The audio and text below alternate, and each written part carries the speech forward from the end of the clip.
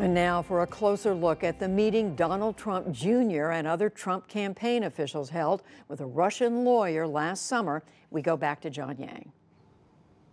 For more on this, we're joined by Mark Mazzetti. He's the Washington investigations editor for the New York Times, and by John Sipher. He's a 28-year veteran of the CIA. He was based in Moscow in the 1990s. He's now with the consulting firm Crosslead. John, Mark, thanks for both for being with us. Mark, let me start with you.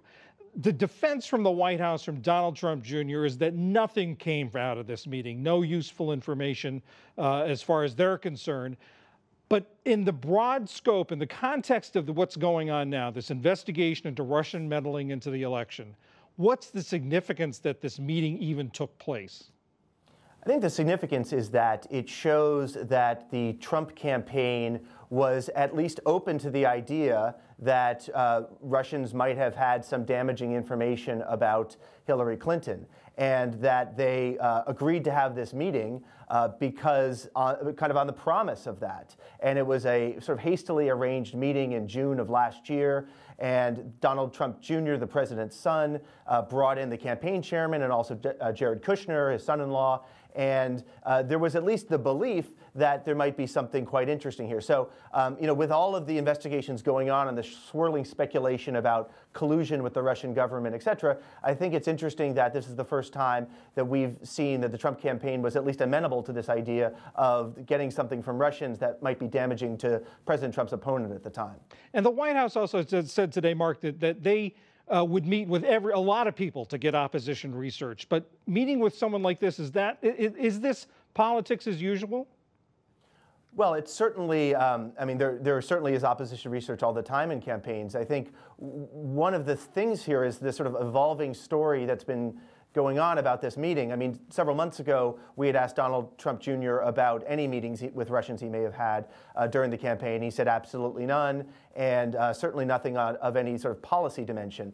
And then on Saturday, we put the question to him about the meeting, and the answer was, well, it was primarily a meeting to discuss adoptions as it related to the Russian ban on adoptions after what's called the Magnitsky Act, which was passed in the United States, which the Kremlin is very angry about. And then, of course, Sunday is the other story, which is the latest story, which is that, okay, they had damaging information about Hillary Clinton. So, I mean, we're still trying to get to the bottom of exactly what was proposed and why and what came out of it. But the story certainly has continued to change.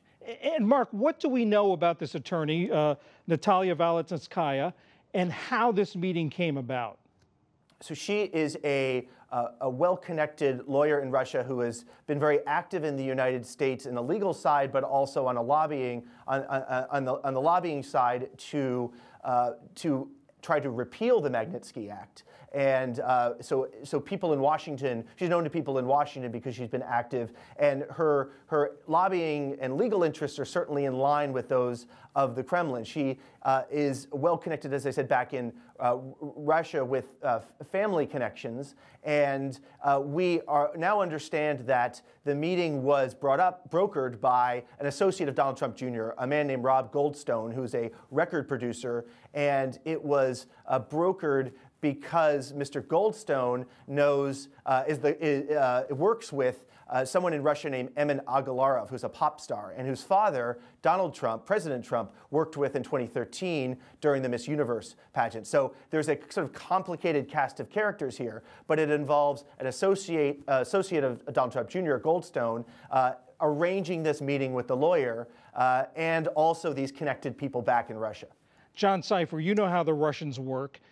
A lawyer, a well-connected lawyer from Russia, another connection that goes back, this pop star's father is a real estate developer who has ties to the Kremlin.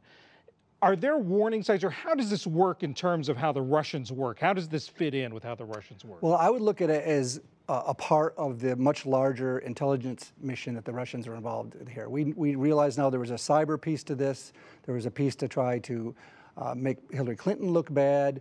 We've seen some reporting that suggests they are trying to get into voting machines, a number of these things. But the thing that the Russians would focus on most of all here would be the human aspect. And so this lawyer was clearly tied to the Kremlin. This Magnitsky Act And this attack by Putin after Bill Browder, who was involved with the death of Mr. Magnitsky, was a big deal to Putin and the Kremlin. So she certainly has connections to the intelligence services and to the Russians.